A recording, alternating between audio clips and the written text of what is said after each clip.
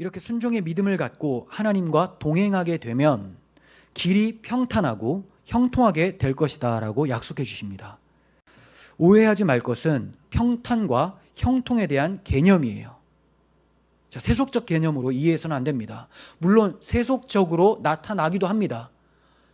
우리의 길이 평탄하고 형통한 것이 세속의 모습으로 나타날 때도 있어요. 하지만 하나님이 약속해 주신 것은 그런 형통은 아니에요. 창세기 39장 23절을 보시면 요셉 이야기가 나옵니다. 간수장은 그의 손에 맡긴 것을 무엇이든지 살펴보지 아니하였으니 이는 여호와께서 요셉과 함께 하심이라. 여호와께서 그를 범사에 형통하게 하셨더라. 요셉이 여호와의 은혜로 형통의 삶을 살고 있다라고 지금 말씀하고 있는데 요셉이 지금 어디에 있습니까? 간수장이라고 했으니 감옥이겠죠. 감옥에서 그의 삶이 형통했다라고 성경이 기록하고 있습니다. 아니, 요셉이 국무총리가 되고 아주 높아지는 것은 형통이라고 생각하는데 어떻게 감옥에 있는 것을 형통이라고 합니까? 근데 성경이 형통이라고 하잖아요. 그러므로 성경이 말하는 형통이라는 개념, 평탄이라는 개념은 아무 어려움이 없다라는 것이 아니에요. 어려움이 있다 하더라도 하나님의 뜻과 계획대로 진행이 잘 되어져 가는 것, 이게 바로 평탄이고 형통이라는 것입니다. 하나님의 뜻과 계획대로 진행되어져 가는 것. 여기에서도 형통이라는 단어가 여호와의 함께 하심과 나란히 나오는 것을 보게 되죠. 여호와께서 요셉과 함께 하심이라. 여호와께서 그를 범사에 형통하게 하셨더라. 형통은 곧 하나님의 함께 하심이라는 거예요. 내가 아무리 어려운 길을 걸어도, 악을 골짜기를 걸어도 여호와가 나와 함께 하신다면 형통의 상태예요. 형통. 근데 불통의 상태는 언제입니까?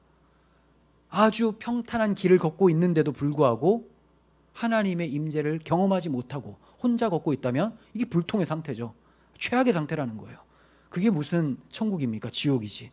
하지만 악골골짝을 지날 때라도 주 여호와께서 나와 함께 하신다면 그 어디나 하늘나라가 되는 것이죠.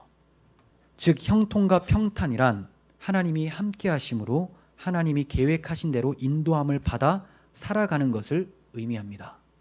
요셉의 고난에 대해서 시편 기자는 여호와의 말씀이 응할 때까지 하나님께서 인도하신 것으로 묘사를 합니다.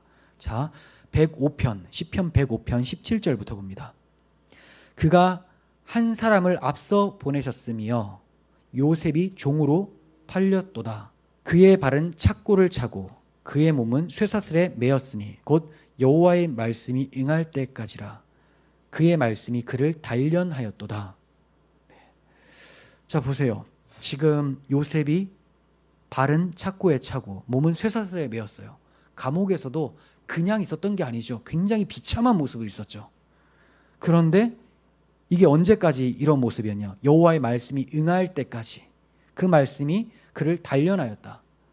주께서 내가 가는 길을 아시오니 나를 단련하신 후에 순금과 같이 되어 나아오리이다. 그래서 욥의 삶은 굉장히 많은 고난이 있었지만 그 삶이 형통이었다라고 할 수가 있는 거죠. 이 지금 시편 105편에 의하면 요셉도 하나님의 말씀이 응할 때까지 계속해서 그 삶이 형통의 삶이었다라고 말씀하고 있는 것입니다. 믿음의 순종으로 여호와의 말씀이 응하게 될 때까지 일어나는 모든 일은 형통입니다. 그러니까 예수님의 십자가도 형통의 상태죠.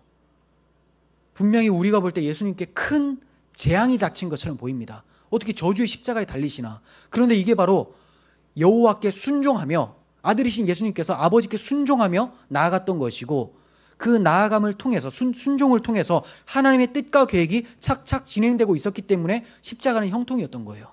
그 예수님의 형통이 정말로 우리에게 형통을 가져다 줄 수 있게 되었던 것이죠.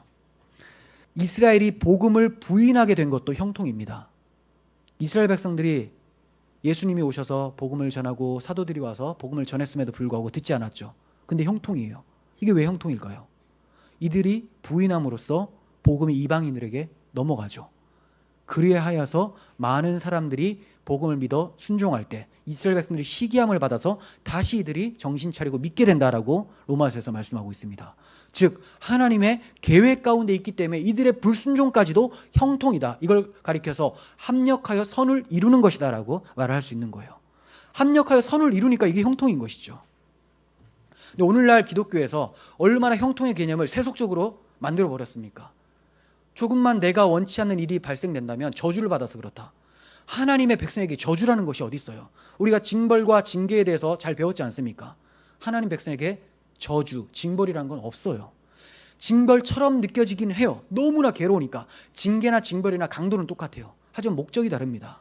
우리는 하나님의 선하신 손 아래서 징계를 받고 있는 것이기 때문에 이 삶이 바로 형통의 삶이라는 것을 기억하시고, 성경은 이런 사람들 가리켜서 복 있는 자여라고 말씀하고 있는 것입니다.